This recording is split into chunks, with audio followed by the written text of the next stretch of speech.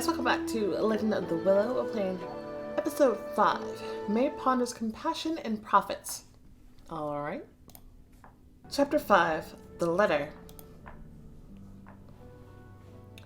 Meeting the letter on the road, opening it. The fresh breath of spring. Mei left her room.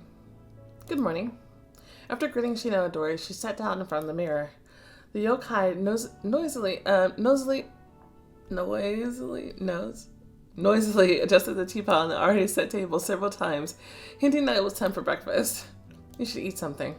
As she prepared, Mei paid attention to her own wants. Yes, thank you. Why am I wearing that makeup? What are we going to do today? Mei sat down across from her. Takayama will probably tell us. I saw Masamune and Kazu. Hope they're not angry. Did they tell you anything?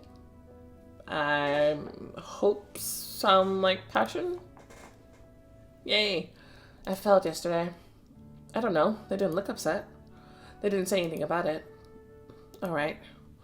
Although Arai's upbringing will hardly allow him to scold me openly, and Kazu doesn't want to, won't show emotion. Thank you for being here. I slept well until morning. I'm glad. The yokai got carried away with munching on rice crackers, then looked at her mistress and casually asked, Mate, do you want children for Kazu, or just for him to please you? Mate choked on her tea. She managed to reply after recovering her composure somewhat. Quite the questions you ask. Shino-odori continues like nothing had happened. He's strong. I saw how he trained and how he fought in the forest. Mei couldn't help furthering the discussion. He is strong, yes, but that isn't what's important. What is important to you?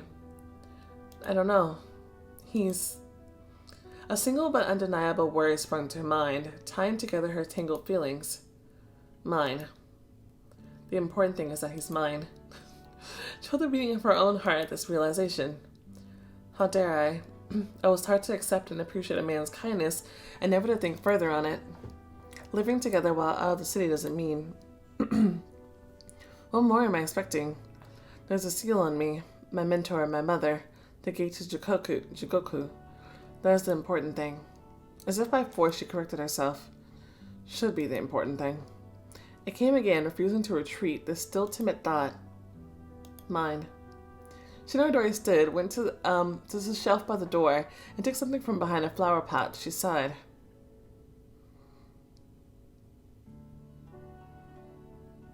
I'll probably keep it for myself. You don't really need it.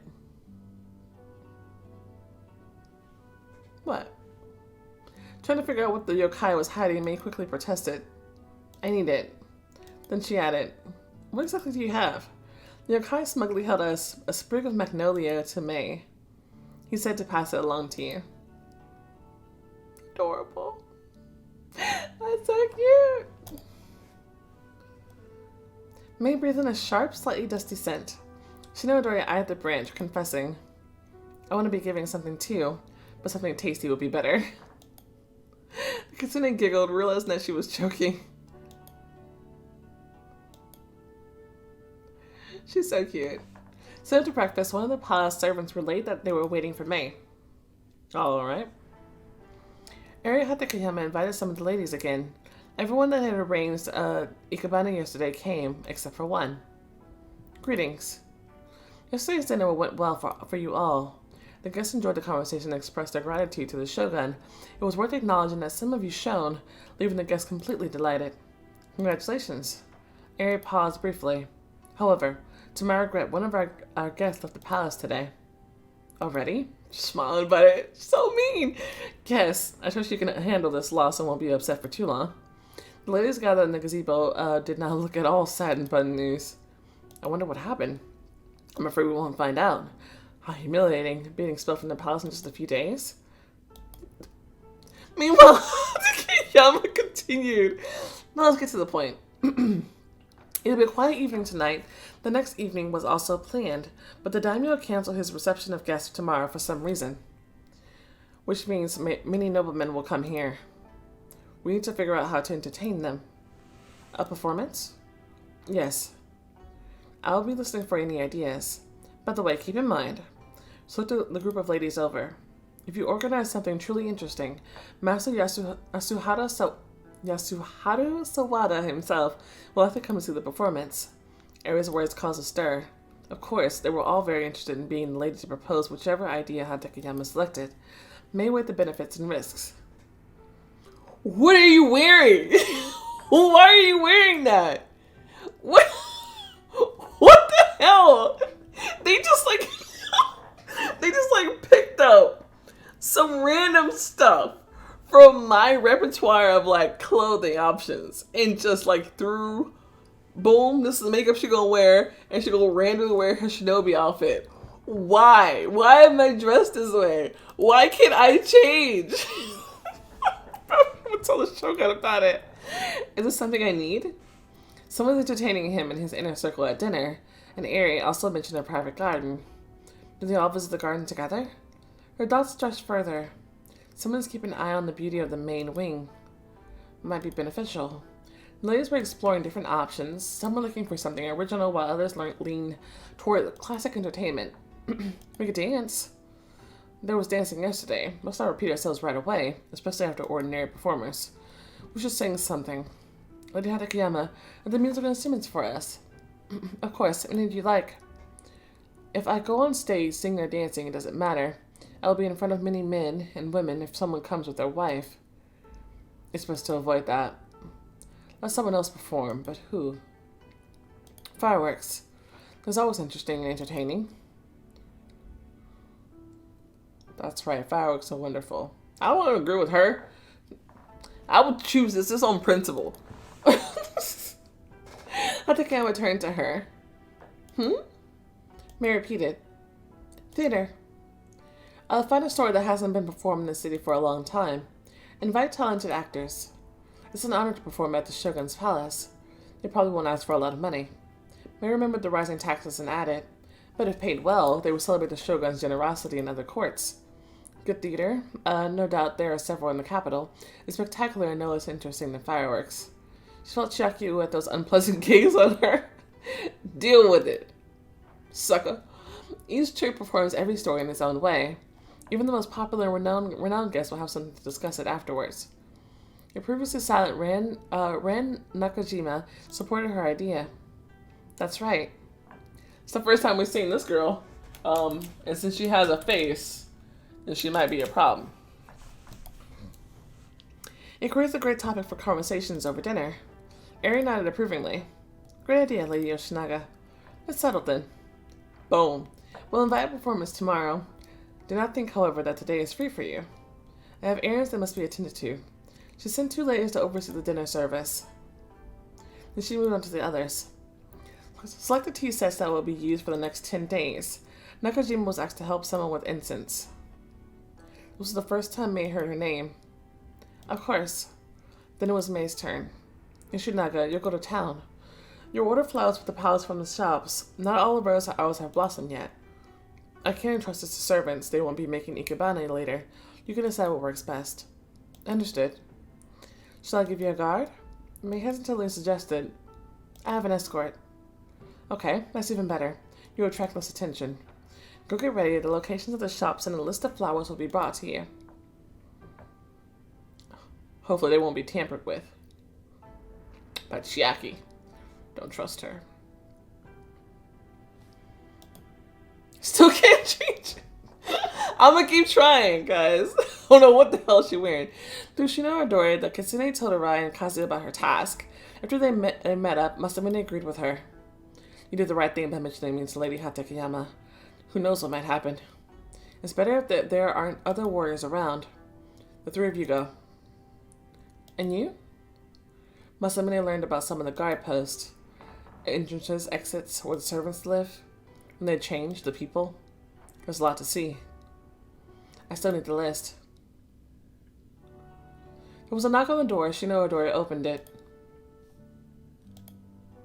Mei was expecting that one of the palace servants would bring the note. However, Hatakeyama herself entered the room.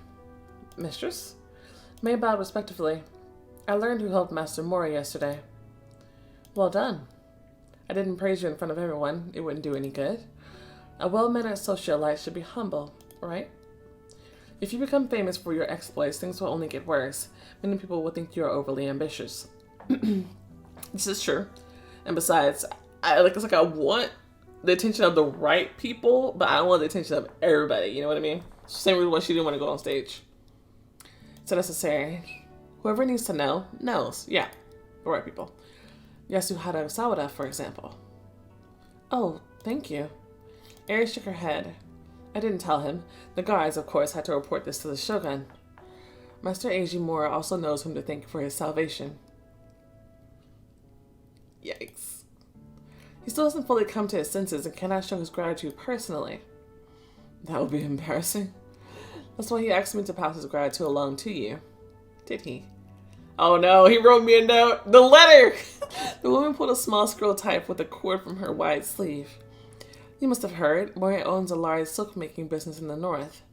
His wares, not just fabrics but kimonos as well, are sold in every province. Oh, maybe they're gonna give me some clothes. Maybe that's why I couldn't change. He has a shop here in town. Show them that and you can choose whatever you like. Accepting something from Eiji Mori felt strange to her and extremely embarrassing. He's thanking me for not being killed, but I can't just refuse a gift. The Kitsune accepted the scroll from Eri's hands. The master shouldn't have worried himself. My respects to him. I'll pass them along. Just to be clear, if more than one outfit is to your liking, take more.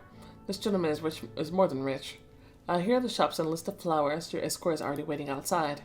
Passing me a paper covered with gracefully windowed characters, Eri left. Shino-odori observed. The benefits of saving someone's life. Benefits? Mei remembered talking to her before going to the Right Melon Inn. You do something for me, I do something for you. Exchange. She squinted. That's right. You said so yourself. The relationship between a yokai and ninja is mutually beneficial. No one to keep anything from the one she was currently relying on, Mei asked. Shino-odori, Takao Odi, right? For Azumi? Shino-odori nodded. And you want to see the big world. Another nod and a wide smile. The yokai replied, yeah, you're sharp. I studied quickly, the sorcerer demanded it, and I promised to take care of you. Which is more dangerous than she sometimes seems. I remember Shino-odori. Mei took Eri Hatakeyama's orders seriously. She told the seller precisely which flowers were needed and ensured that her understood her. Ones that were picked too early wouldn't be as vibrant, while those that were picked late would quickly fade in ikebana. And then there was the matter of the stems and leaf shapes. After arranging a delivery time for the flowers, the Kitsune made her way to the shop mentioned in Mori's scroll. Alright, give me clothes. I don't know what y'all got me in. Masamune, whom she had informed of the silkmaker's gratitude back at the palace, had made no comment on it. Kazu had not remarked either, only grinned. Grinned? She felt extremely uncomfortable about it. I would too. Him grinning? Goodness. The overly courteous merchant started fussing even more after reading Mori's scroll. He began laying out kimonos and silk with the utmost care. Mei imagined herself returning to the palace atop a cart loaded down with brilliant fabrics and quickly stopped the man. Only outfits. Shino-odori whispered to her. They're all pretty. Okay, here we go. We got Bunny! Usagi! Take this and choose another. Oh, can I buy a bunch? Springtime. Oh. It's free, but I actually like this. But this one has bunnies on it. Usagi. Huh. I know that one is more like formal looking and stuff like that. But I can't walk away from the bunnies. Plus, this is my favorite number. Guys, the green is pretty. And I was just saying I didn't have anything green. I still don't think it would have matched the thing. But this matches my parasol though. I don't want to fight it. I'm just gonna get it. I'm just gonna get it. It might seem strange if I only take only one.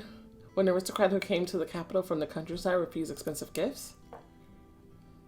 Ah. Take both the remaining ones and leave. But I like this one though. I can't lie. But it would be good to have just, you know, just different ones to match different things. Of course. But of course I would need more money. Got it. Oh, 707. Mystic Messenger. If you know what that is. If you played the game, let me know.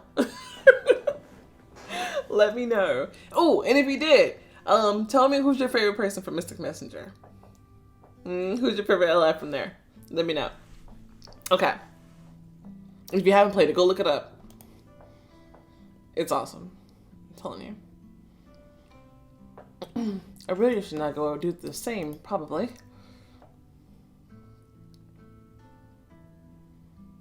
May left the shop. It was time to return.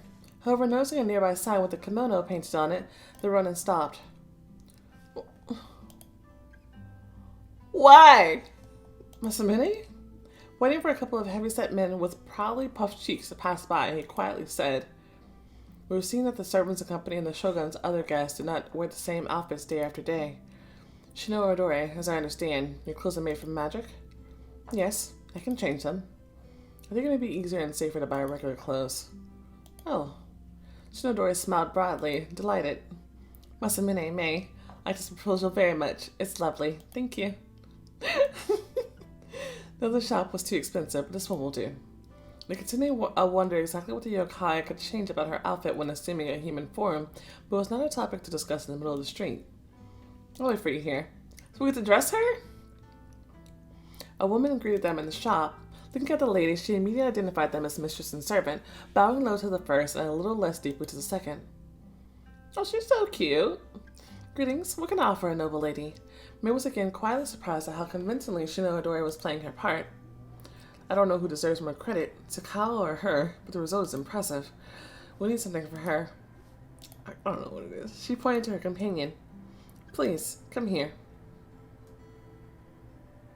Do y'all have the same issue going on? Anything suitable while she accompanies me in the high society? "Yes, madam, of course, madam. I understand." The merchant began to show them different clothes. "There's this, and this one is discreet, but the fabric." Making through the selection quickly. "We'll try these two on, and that one." "Yes, as you please." It's probably two gem options and one free. When the woman left, carrying away the goods, Mei did not like Shino-odori touched her magic comb. A heat seemed to envelop her body for a moment, and then the yokai stood before her completely naked. There was not a shadow of embarrassment on her face. At the Okiya, the geisha and maiko rarely went to the wash alone, but they were almost always wrapped in wide towels. Shino-odori was clearly unfamiliar with such conventions. Mei handed the first outfit to Shino-odori, who gratefully smiled. "Ah, the vivid style. She's so cute." Or the bright style. Ah.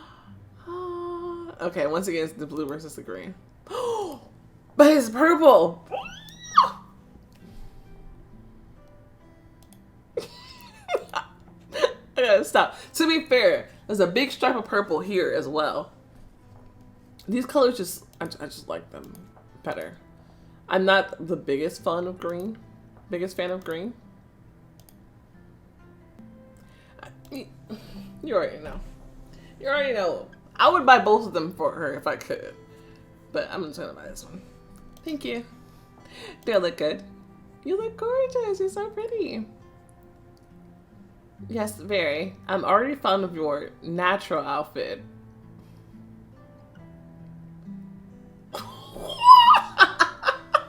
They're being cheeky.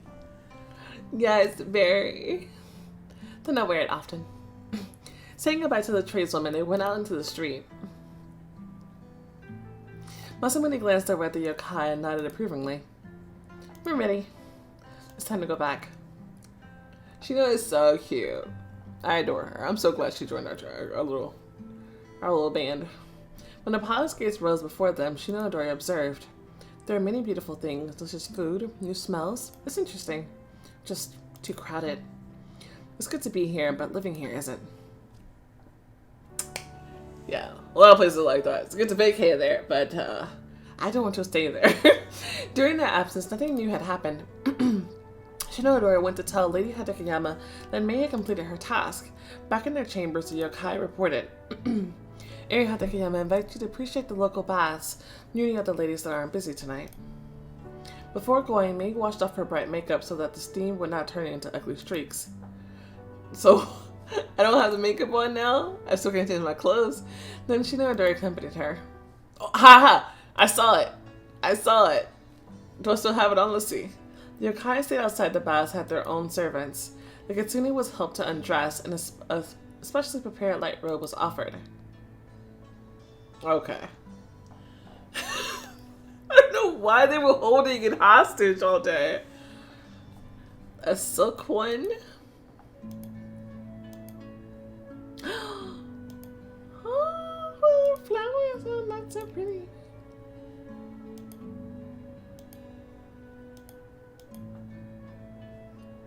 What's the difference between these two?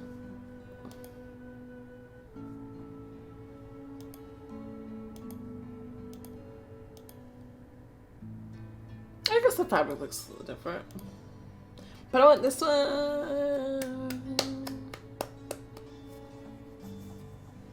The cloth that touched her skin was surprisingly thin. Thanking the servants with a nod, Mei moved on. Oh my gosh, this looks so nice. Ran Nakajima noticed her and lifted her wet palm from the ofura. Mei Yoshinaga, how wonderful. The aristocrat looked around. What do you think? Of course, or I'll say it's great. Weird. Okay. She looked around. I didn't doubt that it would be like this. However, nothing could prepare me for actually seeing it. Everyone is impressed. Huh. You know what? She looks really nice without all the heavy makeup. Make yourself comfortable. By the way, allow me to introduce you. Mei Yoshinaga, this is Choko Itano, who shone at the Festival of Beauty last spring. Greetings. Good evening. Gradually, other aristocrats approached, fanning herself in a relaxed manner. Choko Itano inquired, Lady Hatakeyama, have you chosen which troupe to invite? No. Maybe the most famous? Reasonable and utterly predictable. Everyone has seen enough of them. By everyone, she obviously meant the guests who would gather the following evening. May knew nothing about the local performers, so she silently listened to those who knew the capital. Are there any newcomers now? Yes, but to invite one at random seems an even more dubious idea. The casual discussions slowly led to conversations about how great it was to be in the palace and how fortunate they were for the opportunity. Some of the ladies expressed their delight to an extent bordering on open flattery. I listened to them with a smile, but May could see indifference and even a hint of boredom in her eyes. Jackie, who had likely upset that Lady Hatakeyama had stumped her fireworks idea, was unusually quiet. Eventually, the conversation returned to its former course. First, the type of theater must be decided, the style. Kyojin. Tossing her hair to one side, Itano splashed water from a ladle into her chest. She's confident. She feels superior to the newcomers. Or is that what she wants us to think? A comedy? It'll be fun. Isn't everyone going to get together just for this? May decide to make a suggestion. What about kabuki? Kyojin is funnier, but kabuki is more colorful. The former is about ordinary people, while the costume of the latter are richer, more luxurious. Ooh. To guests from afar, I will emphasize the importance of the palace, although the palace has enough of that already. Ooh. This is the first time we've needed points from like coldness and passion, I think. Actually, I don't think it's the first time. But it's been a while. And add sophistication to the evening. However, the simpler Kyojin could emphasize a shared taste of high society. I like the kabuki idea. It's decided. They say that Master Masakiyo's theater has some new actors that are incredibly talented. I heard that too. Well, let's invite them. It didn't take long to decide on the specific play. Then Eri ordered a messenger to tell the troupe that they would be expected tomorrow at the Shogun's palace. I guess you don't turn down the Shogun. May spent the rest of the evening enjoying the hot herb-infused water and partaking in small talk that periodically was circled around to marriage prospects. Eventually, the aristocrats began rubbing healing oils into their skin and drinking tea. Seems this will take a while. Some of the ladies left the baths early. Chiaki, still looking out of sorts, was among the first to leave. Realizing that she would learn nothing useful here, Mei also wished to leave, but Ran Nakajima asked about her homeland. Ariha Takayama was also interested, leading Mei to fully understand why the ninja had been so thorough with her fake history. It was impolite to end the conversation prematurely, and she was forced to stay for a while. When Mei finally got dressed and left the palace, shino-odori immediately took her aside. I don't know if this is important. I saw a girl, she was crying. One of the lady's servants. I really don't know why I'm wearing... You know what? Let's just find out why I'm wearing this. I don't know why I am. But at least I'm not wearing the makeup with it. Yoko frowned slightly as she recalled the name. Lin Kaya. She was crying? The Shogun's concubine. Oh wait, her servant was crying. Wait, I forgot already. Shino-odori pointed to some bushes nearby. Over there.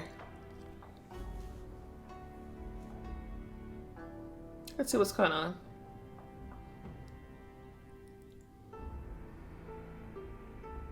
Something unusual must have happened for the noblewoman's servant to show such mercy in the middle of the palace. Okay, so it was her servant.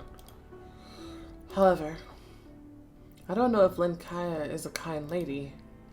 Without giving too much thought, the kitsune headed toward her chambers. After a few steps, she caught sight of Wen approaching her and slowed. His feigned apology to Hatakayama as the ladies were choosing umbrellas flashed through her mind. Mei raised an eyebrow. Quiet Wensei, constantly smiling at nobility, you undoubtedly know much about complicated social relationships, gossip, and secrets. Would you be interested in why the concubine's servant is crying? Of course. So I should be too. He was approaching, about to lay eyes on Lin Kaya's servant. Mei quietly told Shino-odori, I'll distract him. You lead her away and wait.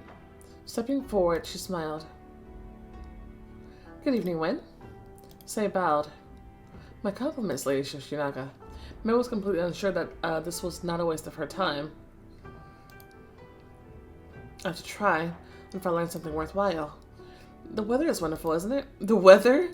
Oh, just glorious. Perfect for evening strolls. A twig snapped to the side and Mei caught movement from the corner of her eye. Wen turned with the sound, peering into the bushes.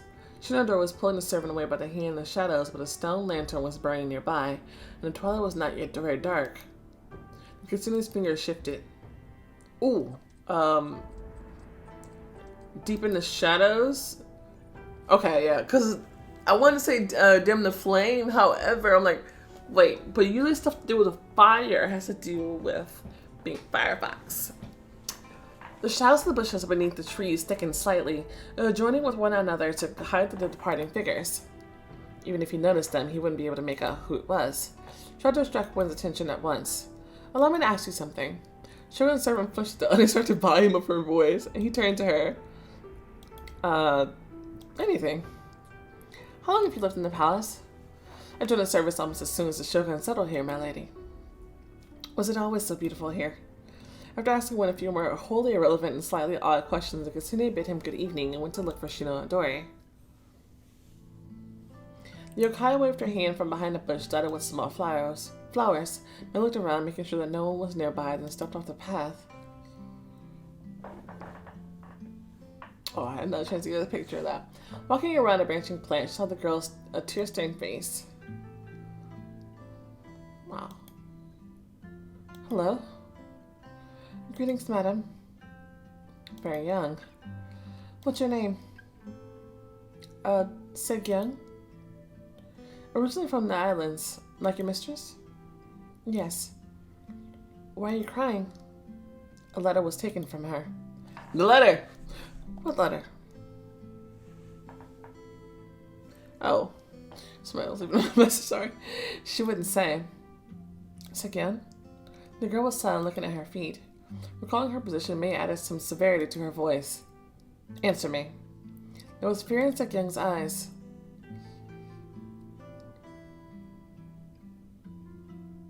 Do not be scared of me. You may have been overheard.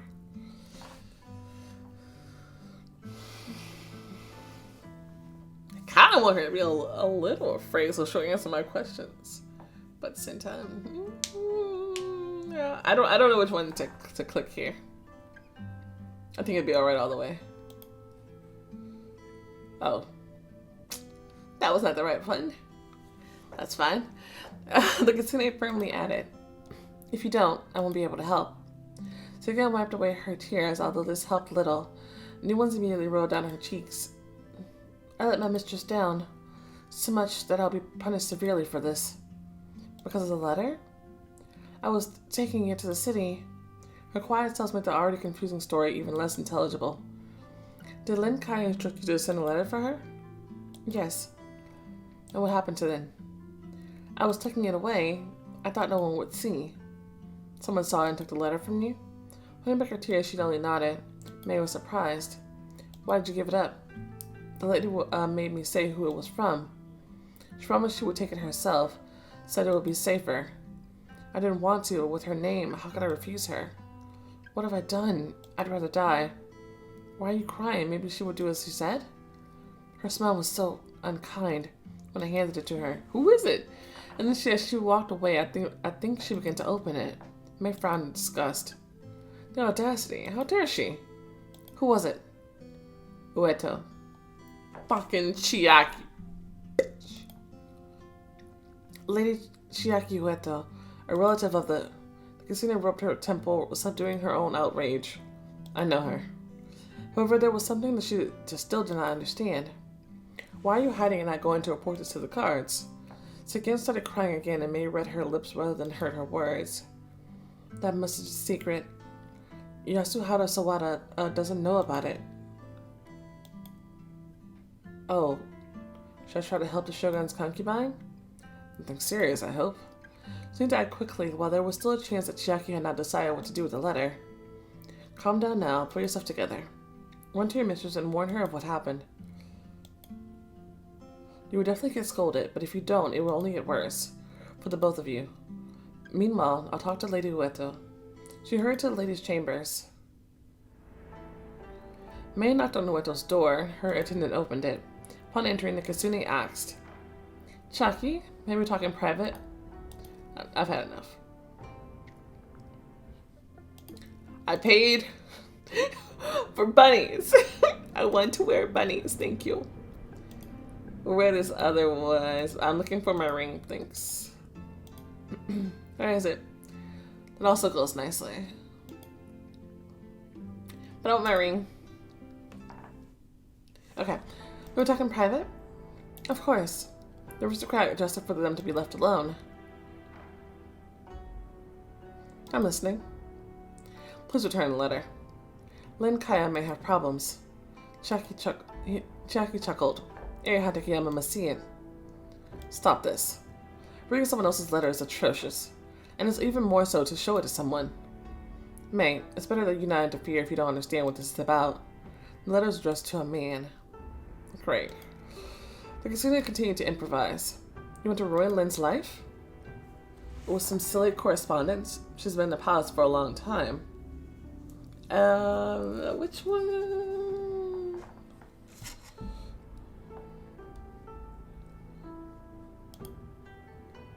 Passion, okay. Who knows what ties they have? An old acquaintance, or Chiaki interrupted her.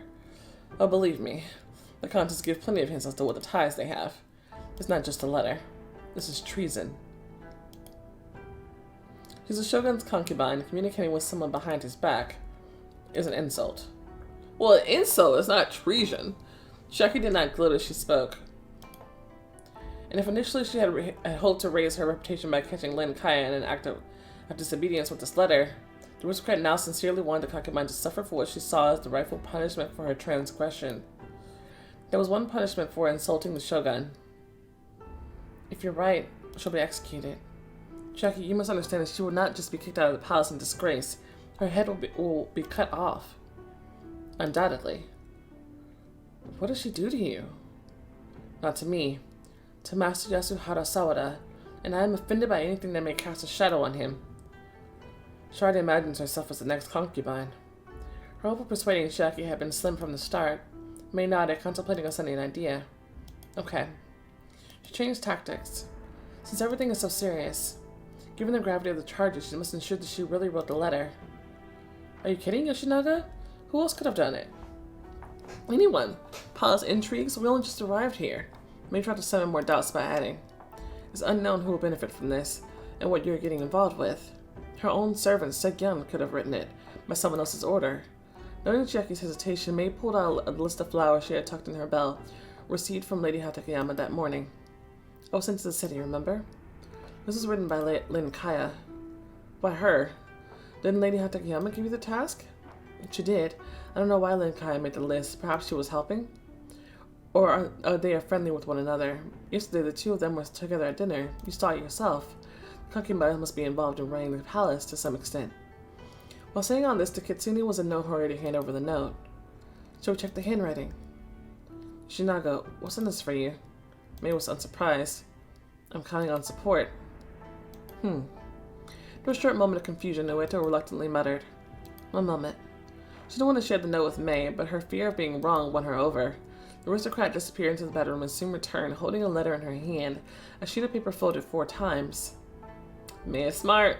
Without hesitation, May took a step towards Chiaki and snatched the letter from her fingers. The aristocrat did not have time to react to May's movements, the product of the Ronin's military training masked with a geisha's grace. What are you? Try to take it back. Give it back. How dare you? May threw the paper into the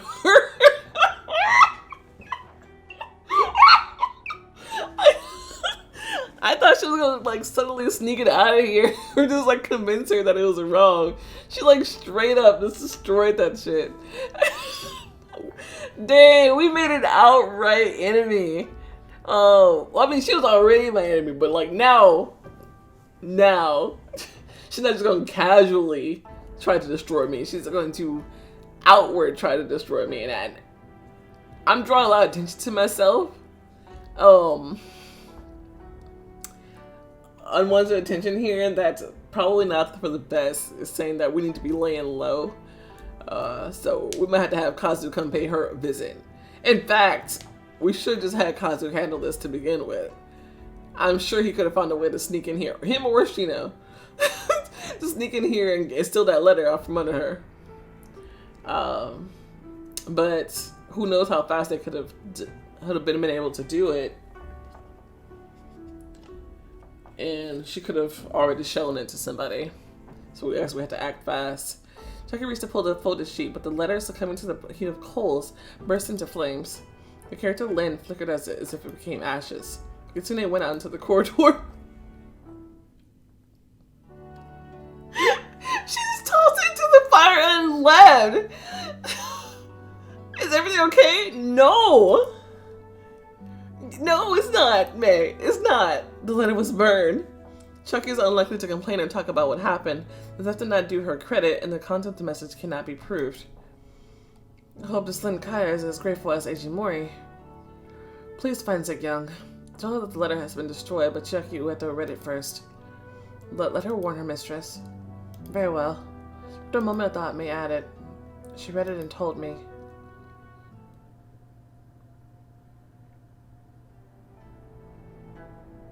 In the morning, upon learning of the letter, Kazu and Masamune approved of the Kitsune's decision.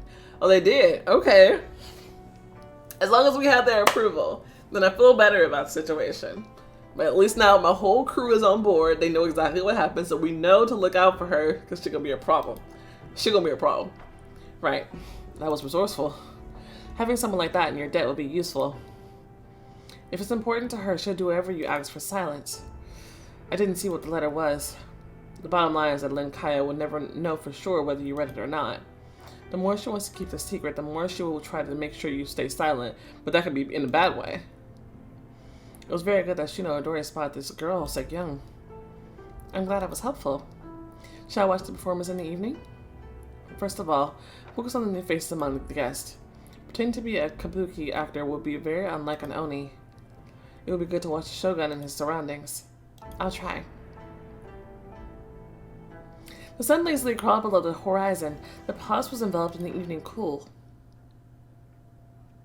Everybody like is just working together so well. Like they're all like doing like a really amazing job together. I really like this group. Leaving Shino-odori in the garden, Mei greeted Win and entered the hall. This time Masumi was not invited to dinner. I hope I don't need any help. Why am I wearing this now? Did this happen to you? Did they just like pick stuff at random? Why am I, you know what? It's fine. I hope I don't need any help. There were new neighbors at the kitsune's table, a noble elderly couple from the capital. Eri Takayama met the gradually arriving guest. The stage was already prepared for the play. People were talking quietly, speculating about the evening's entertainment. Silence suddenly descended on the hall. A tall, richly dressed man appeared in the doorway. Everyone bowed to salute Yasuhara Sawada, shogun of the Norio Empire. Okay, so this time, this one was 40 minutes. So I'm going to attach episode 6 to this. So let me go ahead and watch this ad. Episode 6. Mei protects herself and others. Uh-oh. That sounds like trouble. Okay. Let's see this. I think after this, I'm going to play the Chasing You finale. That'll be fun. I'm looking forward to see how now that ends. Alright. Chapter 6, the first. Ducks in the old pond, carefully observing them. Weasel in the reeds. No one dared raise their heads. No one dared look at the one who entered. The shogun walked to his table with the brisk, somewhat harsh gait of a man accustomed to wearing armor. A firm voice, hardened from the issuing countless orders, sounded in the hall. Straightening, Mei finally saw the owner of the castle. Whoa. Yeah, dude. He looks intense. Pretty scary. Greetings. Carry on. Everyone bowed and Yasuhara Sawada turned to speak to one of his companions at the table. Dude, his name was like a tongue twister. Gradually, the other guests returned to their conversations. The kitsune's table mates caused her no trouble. The couple discussed the outfits of other men and women. It's time to conclude that the people used to have more refined sense of fashion. They hold my clothes hostage again. Eventually, the actors appeared on stage and began their performance. Despite the complexities of her position and the goal that had brought her to the palace, Mei was entranced by the play. The troupe was truly excellent. Certainly, their awareness of the evening's audience resulted in additional diligence. They performed a classic story from the time when the provinces had yet to be united into the empire, filled with memorable and captivating characters. The kitsune knew how the events of the story ultimately ended, but it was far more interesting to see the personalities, motives, and thoughts of these historical figures. As she expected, the performance completely captivated the audience.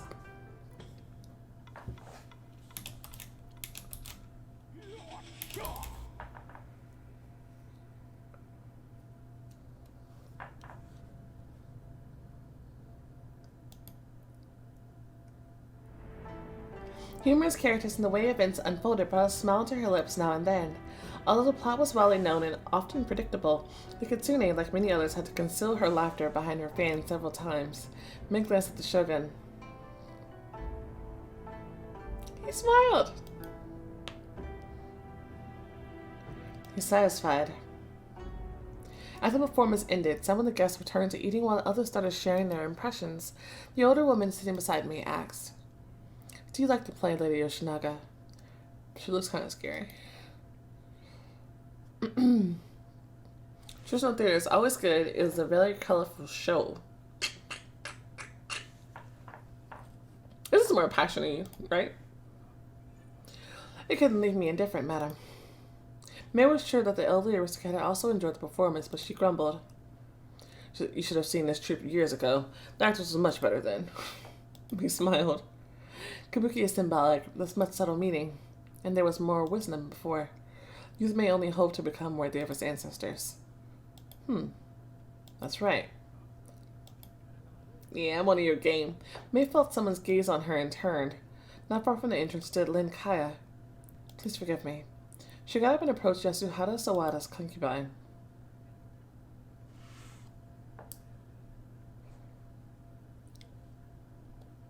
After making sure that she caught Mei's attention, Lin Kaya went outside. The Kasumi followed her past the eternally smiling wind. That guy he sounds kind of sketch. Lin was waiting a little to the side of the hall's entrance. Lady Yoshinaga. She is so pretty. Mistress Kaya. They exchanged bows. I must speak with you. She's confident and proud, although she's definitely worried too. Something occurred to Mei. Fear could turn her from a potential ally to an enemy. That's what I was thinking. Taking the initiative, Mei started the conversation. Don't worry, I will not betray you. I'm glad I managed to intervene when I did. A lot of people could have found out about that letter. It seemed to me that the lady's composure and tension softened, but the concubine was not altogether at ease. Lin immediately confirmed Mei's impression with a question. What do you want for your silence? Mei was truthful. Help. I don't know what kind of help yet. If you're able, I only arrived here recently. This answer clearly lifted Lin's spirits. She immediately looked more welcoming. Mei Yoshinaga, I promise I'll try to repay you. She hesitated for a moment. Trust me, then you must think I'm just a foolish traitor. Mei was surprised. The concubine continued. Your servant said that you knew the contents of the message. Who am I to judge?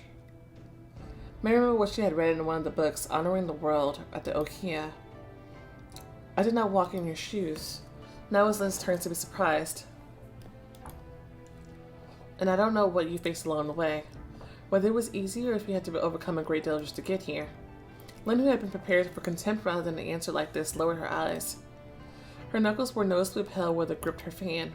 Concubine spoke softly. I didn't betray the shogun. I would never. I have a large family, so I couldn't expect a good dowry. There is a man, he would have married me, but his father was against it. My family is not well known, and the inheritance would have been small. Several samurai passed by. Lin reflexively pulled herself together and smiled at them sweetly and unnaturally. Bowing to the warriors, Mei thought, court life has taught her good self-control at the very least. When the ladies were alone once more, the concubine continued. It's a great honor to be here. I'm lucky to have the shogun's favor, and I'll be returning home soon. Mei nodded knowingly. With a sufficient dowry. More than that. That man is loyal to the shogun, as am I. We only wrote to each other. Even though I share my quarters with another, he is waiting for me. Then you should be all the more careful. This means a lot to you.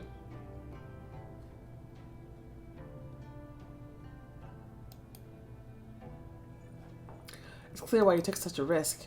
I hope you'll be alright. It'd be a shame if I had to unnecessarily quarrel with Ueto. Without a doubt. You saved me, Mei. I want to thank you in person. Thank you.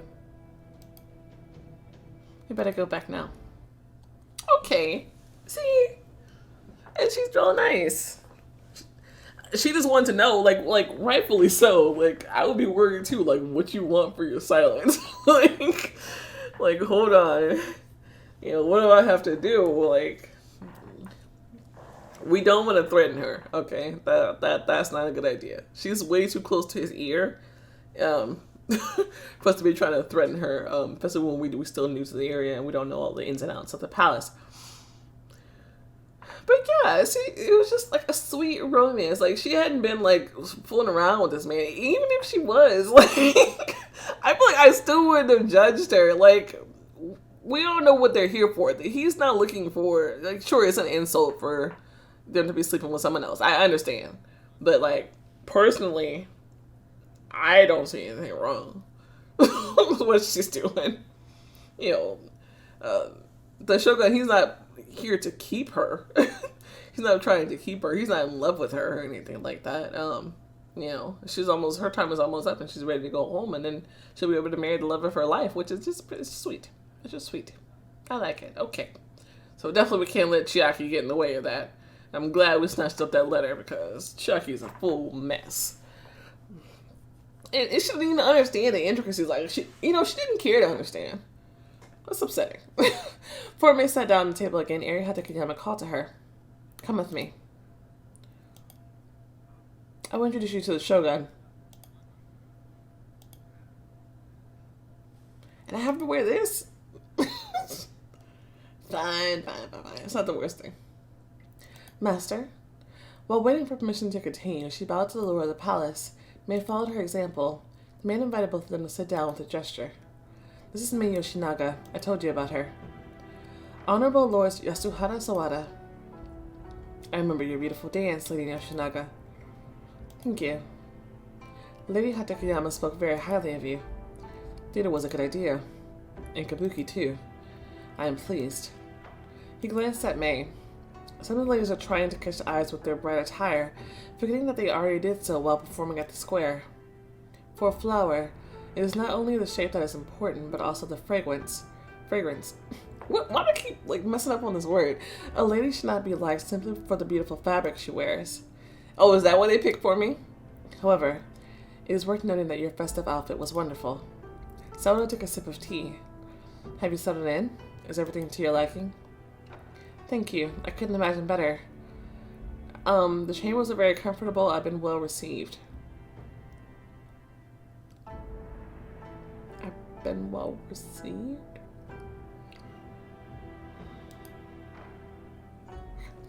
One can't help but like it here. Mei gathered her resolve, addressing the Shogun with the request could be regarded as insolent.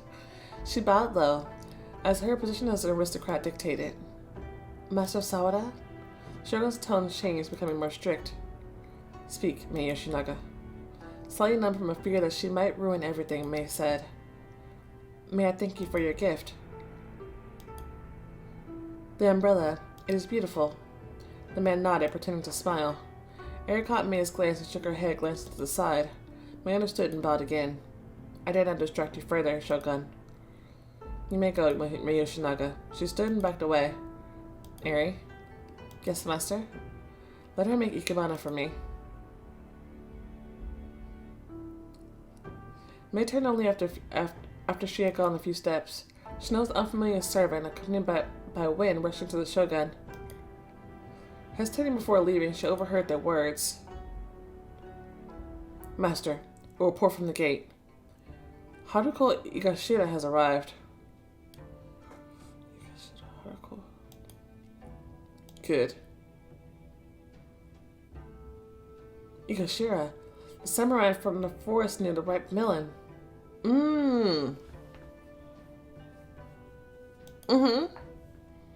Commander of the warriors who were plundering villages and collecting taxes for the Shogun. Should I tell him to wait until morning? No. I'll receive him after dinner. Sounds like something important. It would be suspicious to linger longer in the middle of the hall, so Mei returned to her table. The aristocratic couple, who had watched her conversation from afar, regarded her with noticeable newfound respect. The Kitsune watched as Wen hastily left the hall. The Shogun sent him on an urgent assignment? I'll let him know what it is and who is involved. Other servants used to be attending to a new arrival. It was curious, but she couldn't even see which way Say went. Leaving before Yasuhara Sawada would be absolutely unacceptable. Besides, she still had to entertain her neighbors at the table. Lady Yoshinaga, did you just recently arrive at the palace? Yes. And you have already been honored with a conversation with the Shogun. Mei smiled modestly. I was lucky. She managed to pull her stuff together and kept up the conversation. She became more generous with her words and made her interest apparent. However, her thoughts were still occupied by completely different matters. Finally, the Shogun set down his cup, stood, said a quick goodbye to those sitting next to him, and left the hall. The elderly couple, probably tired of dinner, did not hesitate either. Lady Yoshinaga, good evening. It was nice to meet you. The man nodded and led his spouse to the exit. As soon as they disappeared behind the doors, Mei also went outside. Okay, I'm free. She was immediately joined by shino-odori. Does the mistress wish to return to her chambers? There were still other guests nearby, and Mei answered vaguely. Later, I want to see Masamune. Adding to herself, and Kazu. Masamune met them near the hall. Once they moved away a little, they discovered that Kazu was also nearby. Approaching and making sure that no one could overhear them, he asked, Have you seen the Shogun? Yes, he's a human. Kitsune quickly described the evening's events, then made a tentative suggestion. Shall we go for a stroll around the palace grounds? Hadako Ikashira arrives. He's the one in the command of the robbers. The Shogun decides to see him today, although it's rather late for an audience. Then Wednesday leaves very quickly. Perhaps he received an order? All this seems interesting to me. Maybe we'll be able to see Ikashira's detachment, the board warriors. Perhaps we'll hear some new names. They might be important, useful. Palace is too big. Should we split up? Well, that makes sense. Let's test your intuition, attentive one. Mei with her servant and Masamune with his. It would be weird otherwise. The private garden, the gates. Where should we go? Okay, if this is a test, then I need to decide on a place. So either the private garden or the gate. And he was at the gate. However, I don't think he would just meet with him at the gate because anybody could be coming in and out of the gate. So the bunch of them will go to the private garden where most people aren't allowed to be in the first place. So if we're not allowed to be there, then more likely it'll go there because they want to go there not to be overheard. So we're gonna go for private garden. If they see me in the main wing, it won't seem as strange. Kaze Masamune nodded. Reasonable. Wait, in a good way? I think in a good way. Meanwhile, we will check at the gate. In the stables. Check on Karen. Ikashira arrived recently. We might be able to learn something at the stables. Before leaving, Kazu warned Mei. We'll circle around to the central statues and meet there. If everything is okay, we can walk some more. If not, we'll go looking. Shino-odori and Mei slowly headed down the path. Oh, my throat hurt and need some tea. The guards did not pay attention to them. Despite the late hour, there were still people occasionally walking around discussing the dinner and the show. In the distance, Shaki appeared in the company of the islander, Bao Che. Carried away by her conversation with the high-born man, Weto did not notice Mei, for which she was glad. Yeah, because she definitely would have been after me. After the incident with the letter, she did not want to talk with her.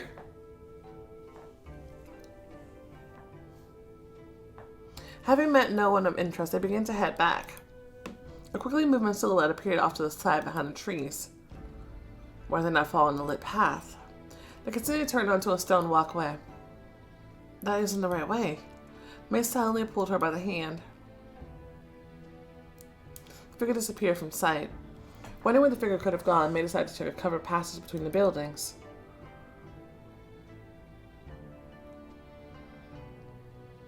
Probably walk here when the weather is bad. It was quiet under the roof, the light from the windows and lanterns distant through the belt of trees, seemed to deepen the shadows around the kitsune. She listened, and even had time to think. I would make a terrible ninja. We lost them. Suddenly she heard footsteps in the darkness. A stranger appeared in the passage. It's him. He came in from the other side. The man froze abruptly, looking at the ladies. Shino-odori grabbed the kitsune's hand, exhaling. Oni. The enemy heard her and bared his teeth. Simultaneously with Mei, he raised his hand. Illusion. Her well-owned reflexes did not fail her. Her swift, shadowy acolyte rushed for the Oni's face, obscuring his vision with ghostly wings. Mei had feared that carrying a weapon around in piles would raise questions. She was at a loss for a moment. Conjuring again was useless. Her illusions could not kill. The guards would come running to the sounds of fighting. However, no one did not hesitate. Shaking off the magic bird to dispel it, he silently charged the kitsune. He also wished to avoid unwelcome attention. The enemy's magic was silent, but effective. The air around his fingers trembled and Mei buckled. Her insides churned as though twisted by icy tongues. She would have screamed in pain, but the air was gone from her lungs. Through the red haze before her eyes, Mei saw Shino-odori pull the ornament from her hair. Oni swung, clenching his other hand in a fist. Then Shino-odori, now in her true form, dug her sharp teeth into his shoulder. The kitsune fell to her knees. The searing pain vanished. She inhaled with a sob. Shino-odori squeezed her jaws until there was a crunch. Blood flowed from under her fangs. Oni's face clouded, darkening and ceasing to be human.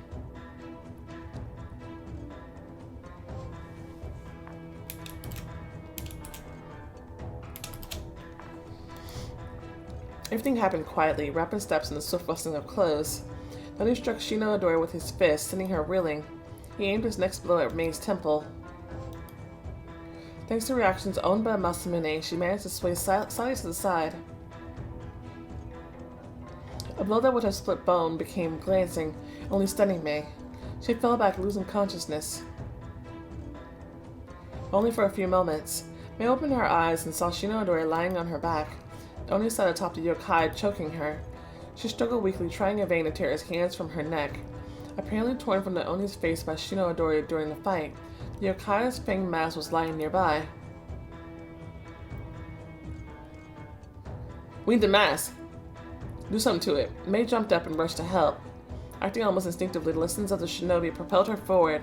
The kitsune recreated an image, recalling the bleeding wound on Kazu's side from when they had escaped to the underground tunnel. The bite on the Oni's shoulder didn't cause him much trouble, but a rapidly spreading dark stain on his clothes suddenly caused attention. The illusion of abundant blood compelled him to turn his head and try to see the wound. This is what Mei was waiting for.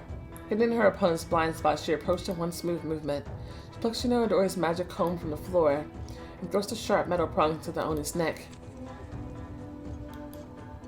She immediately pulled it out and struck again, just beneath his chin.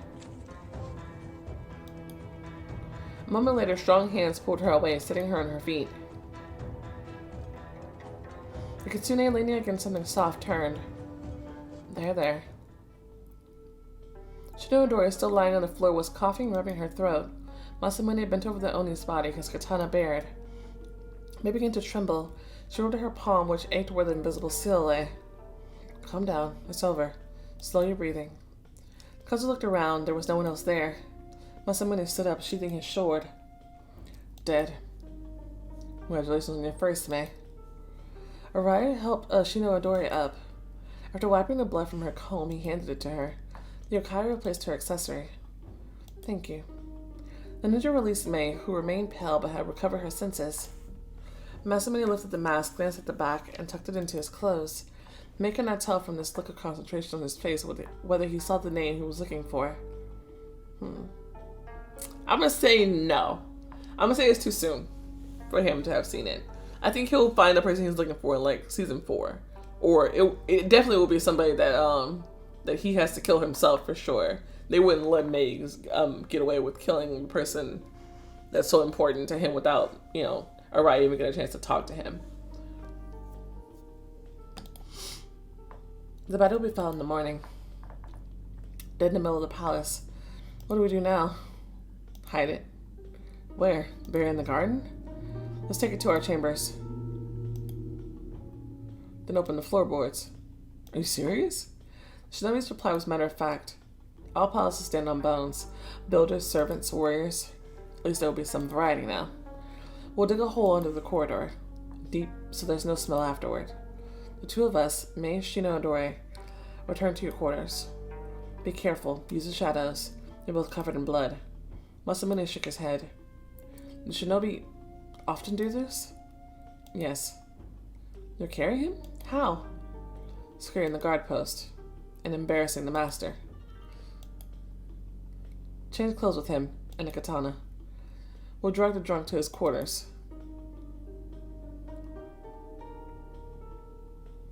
Have you seen him before? Are you sure you don't need help? Have you seen him before? Do you recognize his clothes? No. Kazu? No. Shino-odori knelt down and removed the sheet of paper that protruded from the Oni's pocket. Mei read. This is a trade tax certificate. He was a merchant? Ninja hurried them along. Hurry up. We need to break off the horns. As she left, Mei heard. Hold him like this. I won't be able to carry him by myself. They call out. They reached their chambers without incident. After changing and washing off the blood, Mei was unable to relax. Did they make it? Ooh, I can wear this one now. Yay! I'm glad I get an update. That's cool. Putting off cleaning her clothes until later, Shino-odori used her magical outfit again and went to see if Kazu and Masamune had returned. Mei half expected to hear the heavy footsteps of the palace guards coming down the corridor, but it was quiet outside. Okay, we killed our first Oni. Definitely help from Shino. Unable to sit still, Mei paced the room. She sat down at the table, clasping her head in her hands. Everything will be fine. They were not noticed. They did not arouse suspicion. Finally, shino-odori returned. It's all good. They also said that the mask is not the right one. Kitsune nodded with relief. Thank you. The ear face of an Oni appeared before her eyes. Her hands did not tremble, her heartbeat did not hasten. Despite everything, Mei was ready to fight. And to kill. I need to force myself to sleep. I must look refreshed in the morning. She stood and opened the doors to her bedroom. Shino-odori. I wouldn't have known what they were right away. Thank you for being there. Thank you too. Mei lay looking at the ceiling. The lantern by the bed had long gone out, but her mind refused to accept the calmness of the bedroom. Her thoughts still swirled with battle, placing her beside the gasping shino-odori and the dead Oni. A deep night fell. So it was impossible to doze off. The kitsune once again rolled over, then she froze, holding her breath. The room felt much cooler. Her hands stood under her pillow, feeling for the knife. A silhouette emerged from the darkness and coalesced in the form of Kazu. And what are you going to do with that? Playing with a weapon, Mei answered. Defend myself? Approaching Kazu chuckled. That would have been spectacular. The twilight made it difficult to follow the man's gaze, so Mei felt rather than saw where it was directed. During her ongoing struggle with insomnia, her undergarments had become disheveled, exposing her chest. Embarrassed, the kitsune straightened her naga juban. Sorry I scared you. I thought you were sleeping. How are you? He decided to see if I was okay after the fight. I'm fine. She got up. Mei was too embarrassed to offer to sit on the bed next to him, and there were no suitable mats or pillows in the room. Pressing by the maid, she inhaled the cool air pouring from the outside.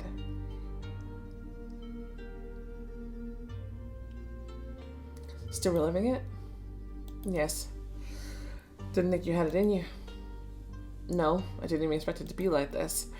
Probably because at night, in the dark, it always feels easier for her to speak freely. Suddenly realized this for herself and confessed. Seeing him dead, it's the first time I really believed that I could make it out of this alive. She whispered as if afraid that her words would be too loud and unnecessary, and somehow lose their meaning. I managed. Do you understand? By myself. Now, I know it is possible. An equally quiet voice replied, I understand. Instead of how to approach the issue, the kitsune asked, what about the body? We sorted it out. I'll go. Why am I so shy? It wasn't like that against the Oni. Is it because I can't? No. I don't want to guard myself. Shinobi brushed her shoulder with his hand, then pushed the window, which had been only cracked, further open. Mei smiled at the pleasant touch. Kazu? Then to turn, his eyes reflecting the moonlight. Stay. Obviously. He chuckled. Why a brave one? Mei felt her cheeks starting to redden. Without waiting for an answer, Kazu spoke a little louder, addressing the void. Stop standing behind the door. Go to the kitchen and tell the bald-headed chef with the mustache that you know about the stolen sake. He'll prepare whatever you want.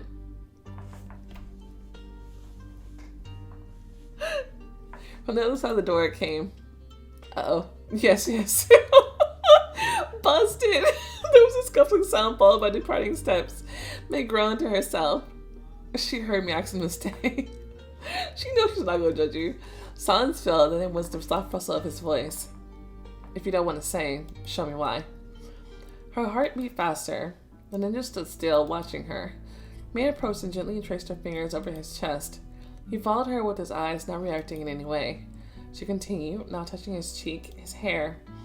Then, plucking up her courage, Mei opened the collar of his kimono. The same slight smile remained in his piercing eyes. Her gentle hand moved further, fully exposing his chest, then circling over the top muscles of his stomach. The man raised an eyebrow. Her thin fingers traced the edge of his belt. The shinobi shook his head as if in denial.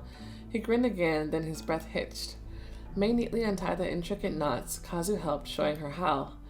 Then she undid the laces on her forearms. Light reflected dimly off the shurikens as the needles fixed to the fabric quietly clinked against each other.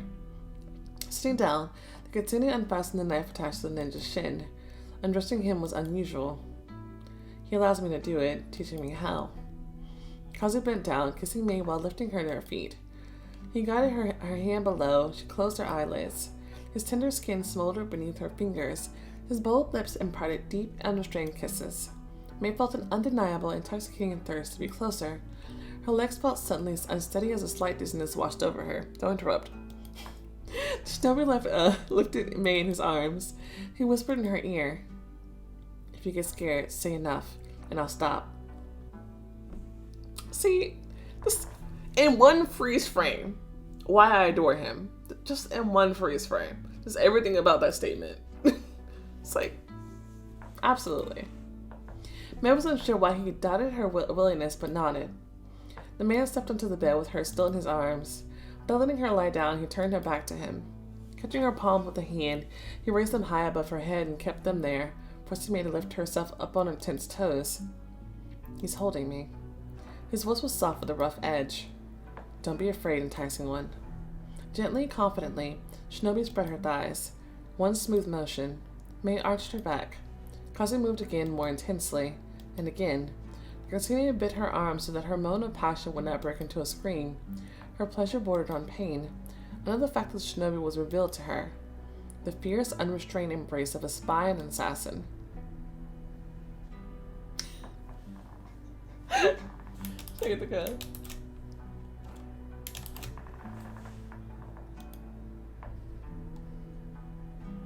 Kazu's fingers touched her chest. Without pausing, only teasing, he toyed her navel before shifting lower, heightening the maddening sensation that engulfed her. His name trembled on her lips. The scent of their intimacy mingled with the night flowers.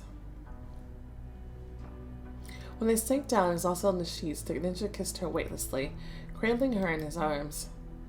"Rest, dear one." Mei drifted off to the sound of his heartbeat.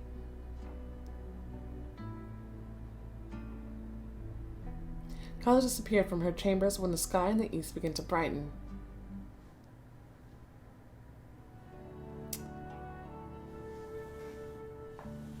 Cool. In the morning, shino-odori was very pleased and enigmatic, as though she were the one who had spent the night in the arms of her lover.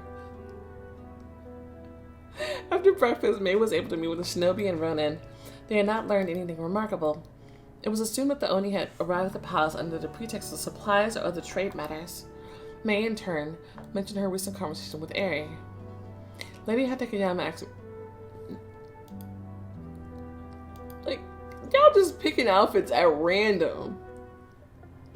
Excuse me, but I bought new clothes. I would like to wear them. Oh, I got the free one too. Alright, let's see what we got in here. Lady Hatakeyama asked me to keep this a secret, but not saying anything at all is unreasonable. She said I reminded her of someone, a woman who once had influence in the capital society, or a member of the Shogun's inner circle. Lady Hatakeyama didn't know her name or her exact position. All in all, they met once. Ninja replied, "Not much to go off of." Oh, look at him in his fancy clothes. Hello. What? Look at you. And you don't know where to find her? Mei shook her head. She left long ago. Exchanging looks, the ronin and the ninja did not voice any theories aloud. But we all thinking something. At her quarters, the Kitsune found a palace servant waiting for her. She handed her a package. Unfolded the cloth, Mei have fallen a brief note. Lady Yoshinaga, please accept a modest gift as a token of my appreciation. The calligraphy was familiar. Lind. Yasuhara Sawada's concubine sent an outfit. Oh, is this why they keep changing my clothes? Because they still give me other clothes? Fine. Wow. Okay, so this one would have matched the Paris. Okay. Ooh. The colors on that one are nice. That one's like Christmas. Huh.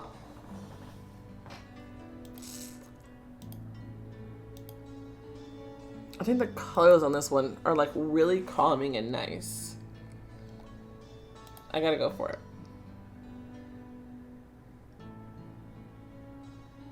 I continued to try it on in front of the mirror. Very pretty. Yes, and I built in the color of her home province. Green is the color of the island province where Lin Kaya is from. Seeing the confusion on Shino-odori's face in the mirror made her turn to her. Are you not familiar with the heraldry of the Empire? No, that is very slightly familiar. Green symbolizes the waves of the sea. In the north, the banners are blue, symbolizing cold and snow. Here, they are yellow like the southern sun and gold. The capital is the richest of the cities. The color of the imperial family that united the provinces is purple like an iris. When the cities became one empire, the era of the iris began. Why an iris?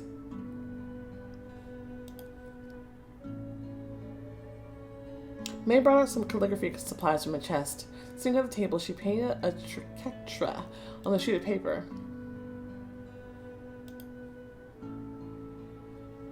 This is a stylized iris, the Emperor's coat of arms, 3 folded petals and 3 unfolded. When the first emperor unified the provinces, the mark became a symbol of the foundation, the center of Norio. The iris, the base of the 3 provinces, 3 intertwined rings, may have finished drawing 3 circles.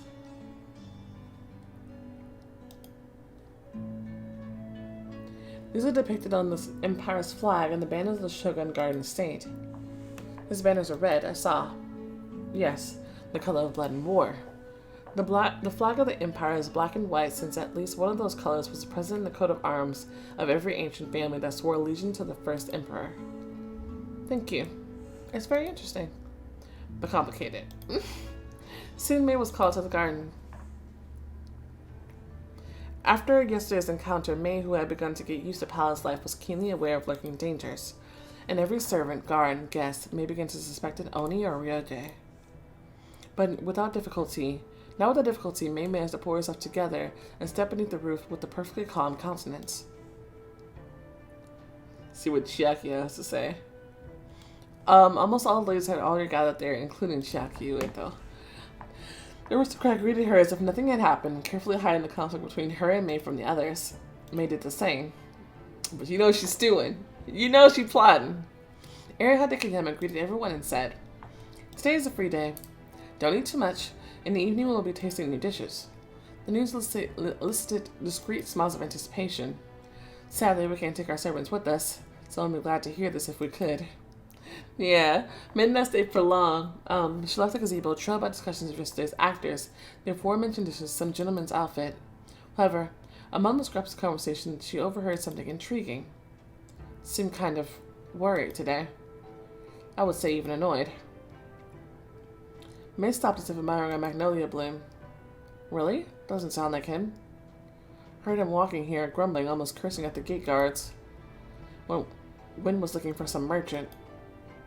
Soldiers didn't know when he had left the palace or if he had left at all. A merchant who didn't leave the palace? Wouldn't say he's looking for the Oni. Conversation swerved toward the peculiarities of the men's temperaments. Mei tilted the flower, inhaling its scent. We can't really watch the Shogun. But what about one of his servants? Mei immediately shared what she had heard with Kazuya Masamune, both admitted that Wynn raised some questions. Since guests attracted a good deal of attention from Eri and the other palace inhabitants, the Ronin shinobi would carry out the observation. Mei returned to her chambers. The day fled up under a summer-like sun. Shino-odori opened the door to the veranda. Then, adjusting her comb, she started twirling in front of the mirror, trying to repeat the movements from Mei's dance in the square from memory. The Kitsune smiled at Yakai's peculiar poses. Although she grew up in the middle of nowhere, she appreciates art in both motion and crafts. What would have happened if she had grown up in the city, like me? Living on trails and in caves. Was this by choice? She gently corrected Shino-odori. Don't spread your feet so wide, then it will be smoother. Like this? No? Would you like me to show you?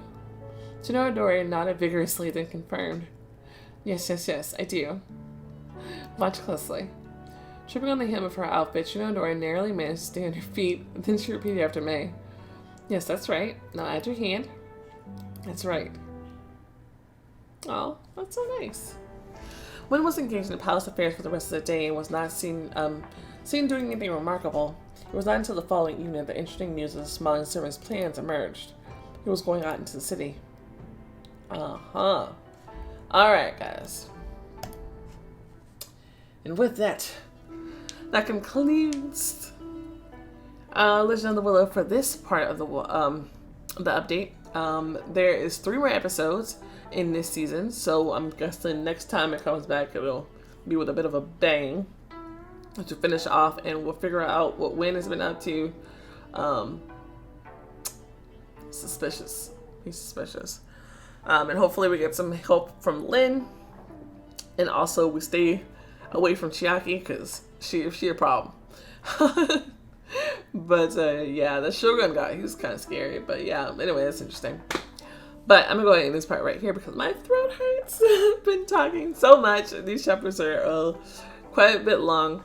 But anyway, yeah, thank you guys so much for watching. If you enjoyed this episode, go ahead and show a like button, some love, subscribe for more content like this, and I will see you next time. Bye!